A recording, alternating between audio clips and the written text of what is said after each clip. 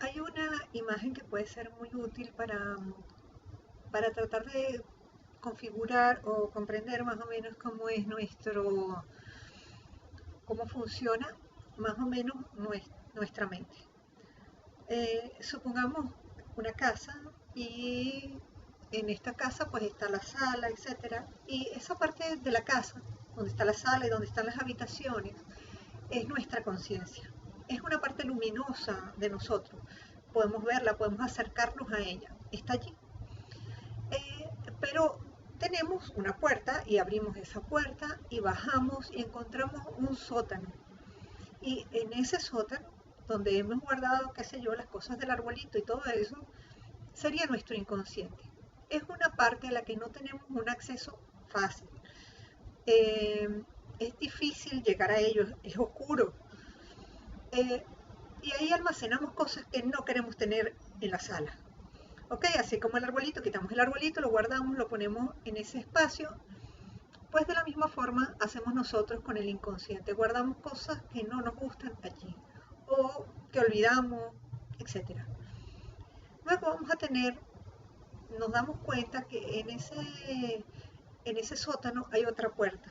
Y cuando abrimos esa puerta, resulta que es un sótano que conecta con las otras casas. Es como una gruta o una caverna que conecta con todos los otros lugares que están debajo de la urbanización donde nosotros vivimos. A eso le vamos a llamar inconsciente colectivo. Es un sitio aún más oscuro que el sótano, aún más húmedo, pero que reúne información de todos lados. Ese creo que es un buen símil para tratar de acercarnos a este concepto del inconsciente. Eh, la historia del inconsciente y la conciencia es muy larga. ¿Por qué? Porque desde siempre al hombre le ha preocupado la mente, le ha preocupado saber quién es, entender quién es y por qué es. Y en general nosotros solo podemos describir lo que es el inconsciente a partir de una paradoja. El inconsciente es lo que no sabemos qué es o qué está. Pero es probable que nosotros nunca sepamos qué es realmente o qué es lo que entendemos exactamente por no consciente. Kant en algún momento señaló que el inconsciente es el dominio de las representaciones oscuras, mientras que William James, de quien ya les hablé un poco, considera que el inconsciente era similar a las partículas que existen en el campo magnético y así aparecían de alguna manera esos contenidos psicológicos en el inconsciente. Otra metáfora que usa James y que es mucho más hermosa es la de la franja de la conciencia. ¿Por qué? Porque él pensaba que nuestro pensamiento era similar a un río, por lo que el inconsciente iba a ser la orilla de ese río, la franja de lo consciente, donde se van acumulando los sedimentos, las piedritas, la basura, todas las cosas se van acumulando a orillas de los ríos. Bueno, de la misma forma ocurre con nuestra conciencia. Freud, por su parte, va a considerar que el inconsciente es un sujeto actuante que reúne contenidos que son olvidados o reprimidos y que solo a causa de estos tiene un significado práctico. Él dice, los contenidos del inconsciente se limitan a tendencias infantiles que son reprimidas a causa de su incompatibilidad. Entonces tendríamos que la represión es un proceso que ocurre en nuestra infancia y que ocurre por influjo del ambiente. Este proceso dura toda la vida y nos lleva a seleccionar una serie de contenidos que como no los podemos digerir bien, los escondemos o los envolvemos o los olvidamos. Lo que Freud no sabía es que cuando, cuando emerge el inconsciente puede pasar algo más. Y eso es precisamente lo que Jung trata de experimentar. ¿Qué pasa con ese inconsciente? En general creemos que lo inconsciente es un estado de contenidos mentales que son olvidados y reprimidos. Y el inconsciente se va a ocupar de cómo nosotros vivimos en el mundo, de nuestro presente, pero también se ocupa de todas las cosas que nosotros tememos. Es una forma de subconsciente o preconsciente. por lo que podríamos considerar que nuestra mente se divide en dos grandes grupos, la conciencia y lo inconsciente. El inconsciente se va a ocupar de cómo vivimos en el mundo, de nuestro presente, pero también de todas las cosas que tememos, por lo que condiciona nuestra conciencia y nuestras actitudes. Para Jung, el inconsciente siempre actúa, pero también es paciente, es decir, que influye en nuestro consciente o en nuestra conciencia condicionándola, pero es paciente en tanto que no actúa sobre nuestro comportamiento. Es además el sostén de los procesos naturales, la respiración, la digestión, el movimiento. En general nosotros somos inconscientes de que estamos respirando y de pronto podemos darnos cuenta y nos hacemos conscientes de la respiración y queremos saber cómo es. A veces uno hasta se preocupa y dice, ¿estaré respirando bien?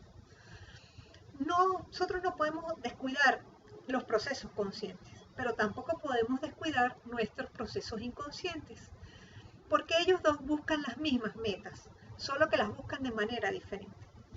Nuestras metas son lo que nosotros deseamos, lo que queremos para el futuro, lo que hemos planeado con antelación. El asunto es el siguiente, que todo lo que sé, pero no lo que pienso. Así se encuentra el estado de inconsciente.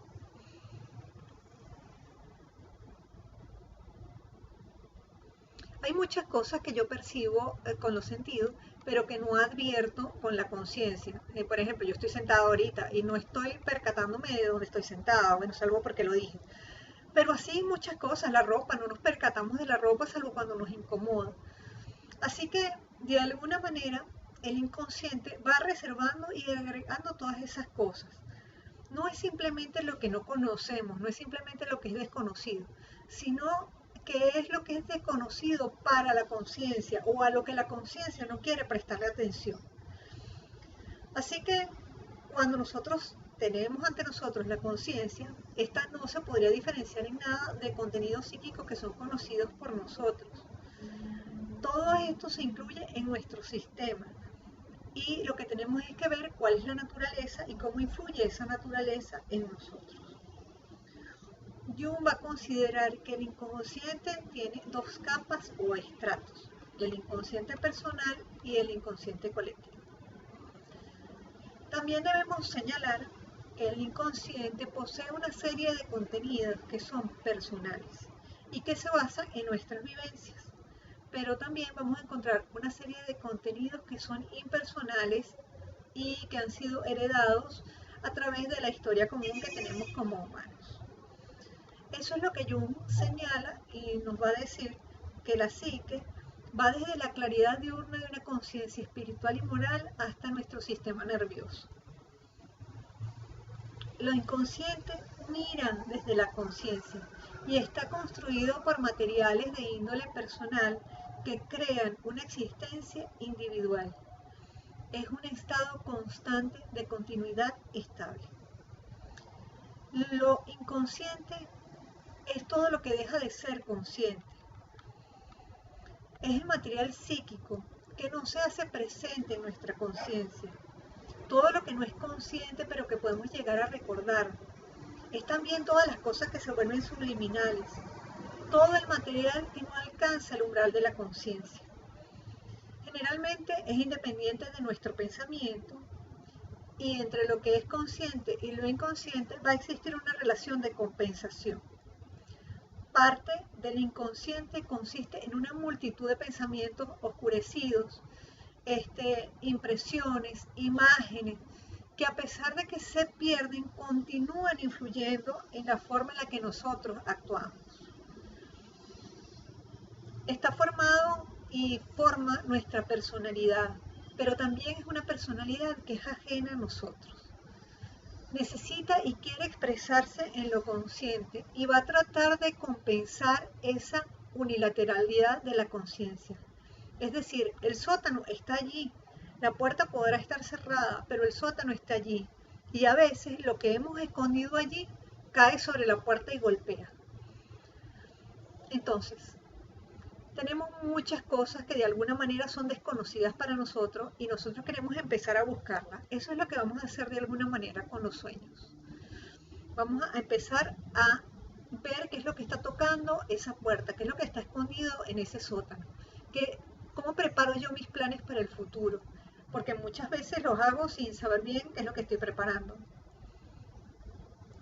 Generalmente nosotros no le ponemos límites al campo de la conciencia, porque ella se extiende, como hemos visto, a un montón de cosas ilimitadas. No obstante, a veces tendríamos que considerar si hay muchas cosas desconocidas en mi mundo interior, en la forma en la que yo me veo a mí mismo.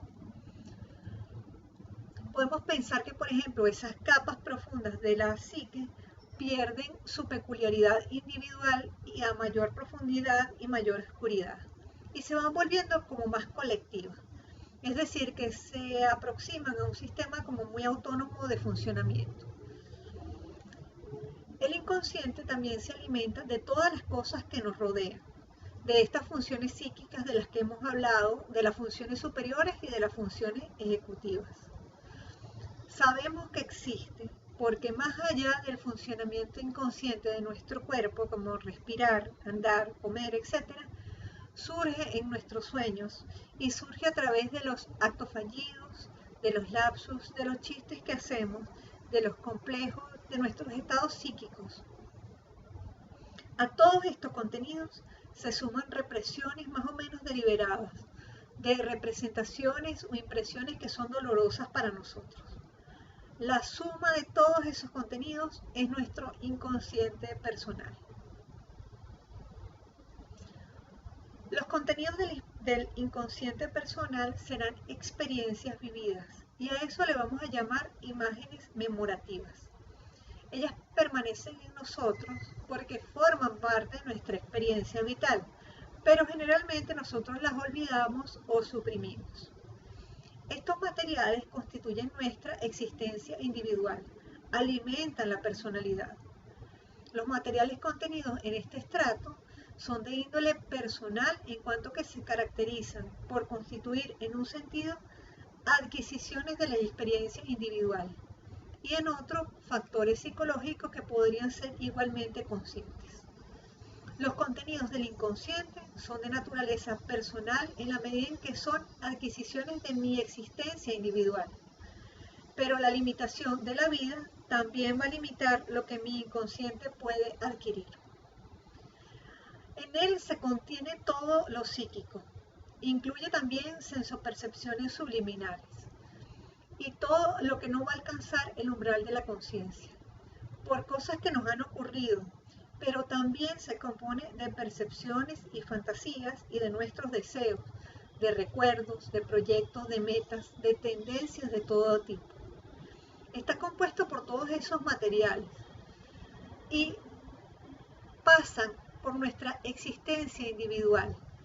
A veces, algunos son conscientes, hay otros que quisiéramos recordar, pero hay otros que se quedan en la oscuridad total, pero tienen una gran influencia en nuestro comportamiento. Jung advierte que la toma de conciencia de los contenidos del inconsciente puede hacer que surja una tolerancia mayor, con lo que los rasgos del inconsciente serían difíciles de digerir.